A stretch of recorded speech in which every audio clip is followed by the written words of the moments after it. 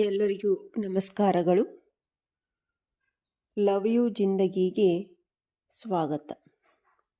ನಾನು ಪೂರ್ಣಿಮಾ ಕಾಡೇಶ್ ಕೋಲೂರು.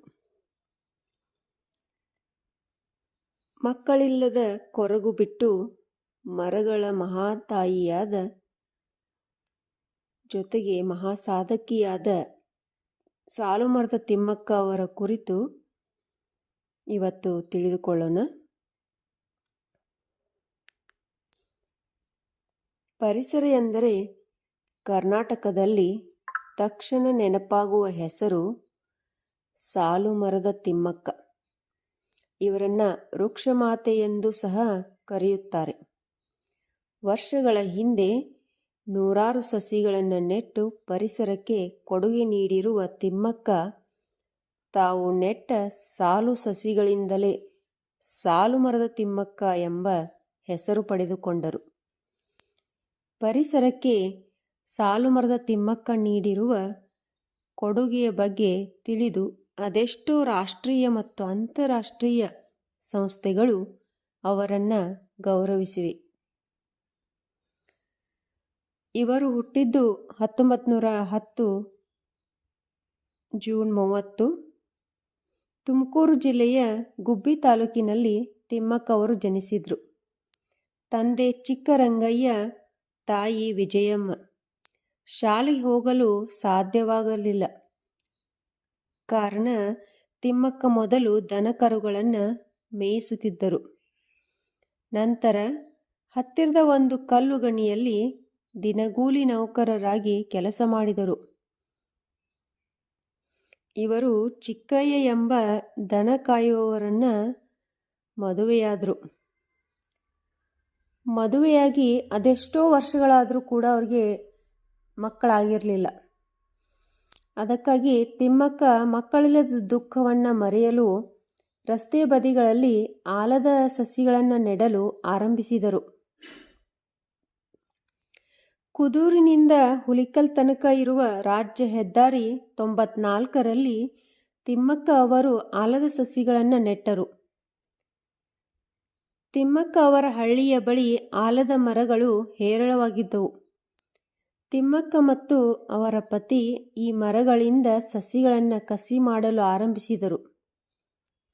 ಮೊದಲ 10 ಸಸಿಗಳನ್ನು ನೆರೆಯ ಕುಡೂರು ಹಳ್ಳಿಯ ಬಳಿ 4 ಕಿಲೋಮೀಟರ್ ಉದ್ದಳತೆಯಲ್ಲಿ ಸಸಿಗಳನ್ನು ನೆಟ್ಟರು. 2ನೇ ವರ್ಷ 15 ಮತ್ತು 3ನೇ ವರ್ಷ 20 ಸಸಿಗಳನ್ನು ನೆಟ್ಟರು.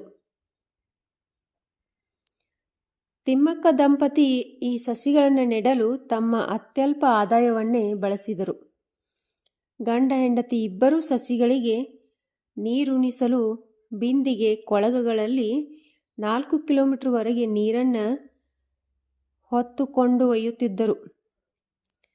ಸಸಿಗಳನ್ನು ಮೇವಿನ ಜಾನುವಾರುಗಳು ಕಾಟದಿಂದ ತಪ್ಪಿಸಲು ಅವುಗಳ ಸುತ್ತಮುತ್ತ ಮುಳ್ಳು ಪೊದೆಗಳನ್ನು ಹೊದಿಸುತ್ತಿದ್ದರು.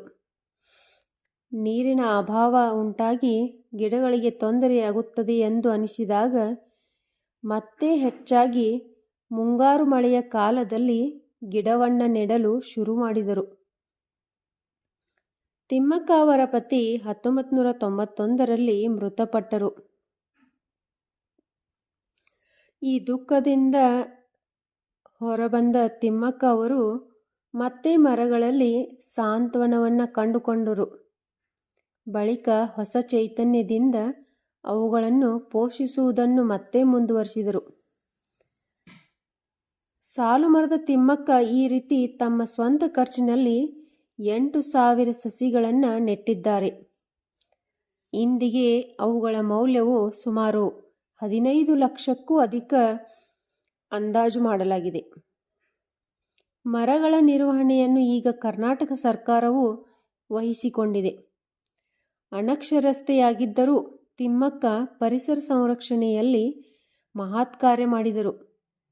ಮುಂದಿನ ಪೀಳಿಗೆಯ ಹಿತದೃಷ್ಟಿಯನ್ನು ಗಮನದಲ್ಲಿಟ್ಟುಕೊಂಡು ಮರಗಳಿಗೆ ನೀರುಣಿಸಿ ಬೆಳೆಸಿದರು. ಪರಿಸರ ಸಮಸ್ಯೆಗಳ ಸುತ್ತಲೂ ಮುಖ ಮಾಡಿದ ತಿಮ್ಮಕ್ಕ ಅವರು ಈ ಕುರಿತು ಹಲವು ಪ್ರತಿಭಟನೆಗಳಲ್ಲೂ ಪಾಲ್ಗೊಂಡಿದ್ದಾರೆ.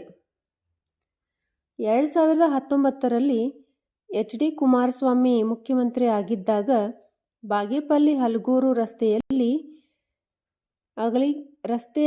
ಹೆದ್ದಾರಿ ಅಗಲೀಕರಣಕ್ಕಾಗಿ ಮರಗಳನ್ನು ಕಡಿಯುವ ಪ್ರಸ್ತಾಪವಿತ್ತು.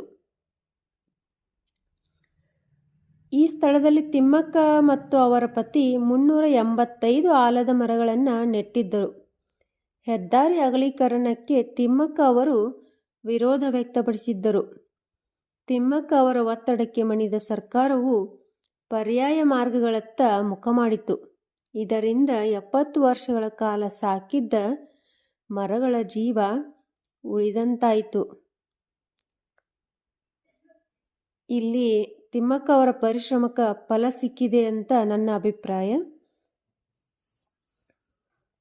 ಭಾರತ ಸರ್ಕಾರ 2019ರಲ್ಲಿ ಅತ್ಯುನ್ನತ ಪ್ರಶಸ್ತಿಯಾದ ಪದ್ಮಶ್ರೀ ಪ್ರಶಸ್ತಿಯನ್ನು ನೀಡಿ ಗೌರವಿಸಿದೆ.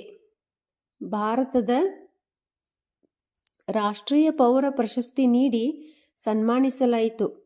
ಅಮೆರಿಕ ಸಂಯುಕ್ತ ಸಂಸ್ಥಾನದ ಲಾಸ್ ಏಂಜಲೀಸ್ ಮತ್ತು ಓಕ್ಲ್ಯಾಂಡ್, ಕ್ಯಾಲಿಫೋರ್ನಿಯಾಗಳಲ್ಲಿ ಪರಿಸರ ಶಿಕ್ಷಣಕ್ಕಾಗಿ ತಿಮ್ಮಕ್ಕರವರ ಸಂಪನ್ಮೂಲಗಳು ಎಂಬ ಪರಿಸರವಾದಿ ಸಂಘಟನೆಗೆ ತಿಮ್ಮಕ್ಕ ಹೆಸರನ್ನು ಇಡಲಾಗಿದೆ. 1995ರಲ್ಲಿ ರಾಷ್ಟ್ರೀಯ ಪೌರ ಪ್ರಶಸ್ತಿ, 1997ರಲ್ಲಿ ಇಂದಿರಾ ಪ್ರಿಯದರ್ಶಿನಿ ವೃಕ್ಷಮಿತ್ರ ಪ್ರಶಸ್ತಿ, ವೀರಚಕ್ರ ಪ್ರಶಸ್ತಿ, ಮಹಿಳಾ ಮತ್ತು ಶಿಶು ಕಲ್ಯಾಣ ಇಲಾಖೆ, ಕರ್ನಾಟಕ ಸರ್ಕಾರ ಇವರಿಂದ ಮಾನ್ಯತೆಯ ಪ್ರಮಾಣ ಪತ್ರ, ಭಾರತೀಯ ವೃಕ್ಷ ವಿಜ್ಞಾನ ಮತ್ತು ತಂತ್ರಜ್ಞಾನ ಸಂಸ್ಥೆ ಬೆಂಗಳೂರು ಇವರಿಂದ ಶ್ಲಾಘನೀಯ ಪ್ರಮಾಣ ಪತ್ರ ತಿಮ್ಮಕ್ಕ ಅವರಿಗೆ ಲಭಿಸಿದೆ.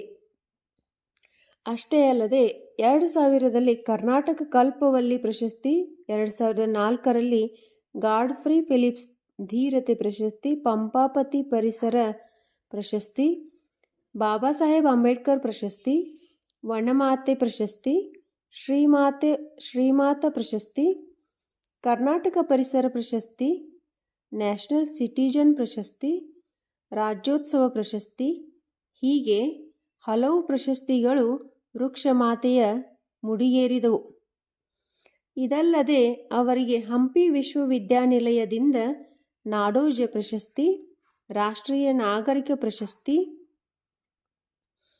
ಮತ್ತು ಕರ್ನಾಟಕ ಕಲ್ಪವಲ್ಲಿ ಪ್ರಶಸ್ತಿ 2000ರಲ್ಲಿ ಮುಂತಾದವುಗಳನ್ನು ನೀಡಲಾಯಿತು. 2016ರಲ್ಲಿ BBC ತಿಮ್ಮಕ್ಕ ಅವರನ್ನು ವಿಶ್ವದ ಅತ್ಯಂತ ಪ್ರಭಾವಶಾಲಿ ಮತ್ತು ಸ್ಫೂರ್ತಿದಾಯಕ ಮಹಿಳೆಯರಲ್ಲಿ ಒಬ್ಬರು ಎಂದು ಪಟ್ಟಿ ಮಾಡಿದೆ. ಈ ವರ್ಷದ ಆರಂಭದಲ್ಲಿ ಕರ್ನಾಟಕ ಸರ್ಕಾರವು ತಿಮ್ಮಕ್ಕ ಅವರಿಗೆ ಕ್ಯಾಬಿನೆಟ್ ದರ್ಜೆ ಸ್ಥಾನಮಾನವನ್ನು ನೀಡಿದೆ. ತಿಮ್ಮಕ್ಕ ಅವರನ್ನು ಪರಿಸರ ರಾಯಭಾರಿಯಾಗಿ ನೇಮಕ ಮಾಡಿದೆ. ಸಾಧನೆ ಮಾಡಲು ಯಾವುದೇ ಪದವಿ, ನೆರವು, ಅವಕಾಶದ ಅಗತ್ಯವಿಲ್ಲ. ಕಾಯಕ ನಿಷ್ಠೆ ಇಟ್ಟುಕೊಂಡು ಎಲ್ಲರಿಗೂ ಒಳ್ಳೆಯದು ಮಾಡಬೇಕು ಎಂಬ ಧ್ಯೇಯ ಇದ್ದರೆ ಜಗತ್ತನ್ನೇ ಬದಲಾವಣೆ ಮಾಡುವ ಶಕ್ತಿ ಆಗಬಹುದು ಎಂಬುದಕ್ಕೆ ತಿಮ್ಮಕ್ಕ ನಿದರ್ಶನವಾಗಿದ್ದಾರೆ. 2025 ನವೆಂಬರ್ 14ರಂದು ತಿಮ್ಮಕ್ಕ ಅವರು ವಿಧಿವಶರಾಗಿದ್ದಾರೆ. ಆದರೆ ಅವರು ಮಾಡಿದ ಸಾಧನೆ ನಮಗೆಲ್ಲ ಸ್ಫೂರ್ತಿ. ತಿಮ್ಮಕ್ಕ ಅವರು ತಮಗೆ ತಾವೇ ಅವಕಾಶ ಮಾಡಿಕೊಂಡು ಸಾಧನೆ ಮಾಡಿದ ಮಹಿಳೆಯಾಗಿದ್ದಾರೆ. ಅವರ ಸಾಧನೆ ಚಿರಸ್ಥಾಯಿ ಆಗಿದೆ. ನಾವು ಕೂಡ ನಮ್ಮಿಂದ ಸಾಧ್ಯವಾದಷ್ಟು ಕನಿಷ್ಠ ಮಟ್ಟದ ಒಂದೊಂದು ಸಸಿಗಳನ್ನು ನೆಟ್ಟ ಪರಿಸರವನ್ನು ಸಮೃದ್ಧಗೊಳಿಸೋಣ ಅಂತ ನನ್ನ ಅಭಿಪ್ರಾಯ. ಅವಕಾಶಕ್ಕಾಗಿ ಧನ್ಯವಾದಗಳು.